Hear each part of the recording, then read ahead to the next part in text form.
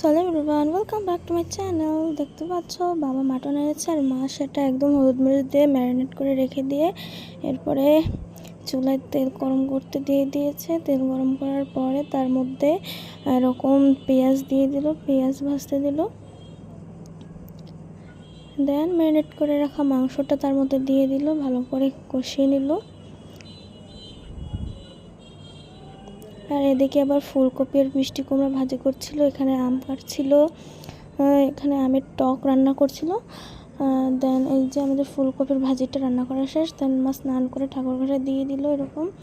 আর আমাদের ঠাকুর ঘরে দেখো আজ অনেক ফুল পেয়েছি আমরা, তাই একদম ভরে ভরে দিয়েছিলাম ফুল। এত ফুল আমরা কখনোই পাই না। আর দেন আমাদের তুলসী মাতাকে একটু জল দিয়ে দিলাম। আর দেন আমরা খেতে বসে পড়লাম স্নান টান করে। আর দেখো আমি ফার্স্টে একটা মাটনের পিস তুলে নিলাম আর খেয়ে আমি এখন রিভিউ দিচ্ছি যে কেমন লাগলো। আর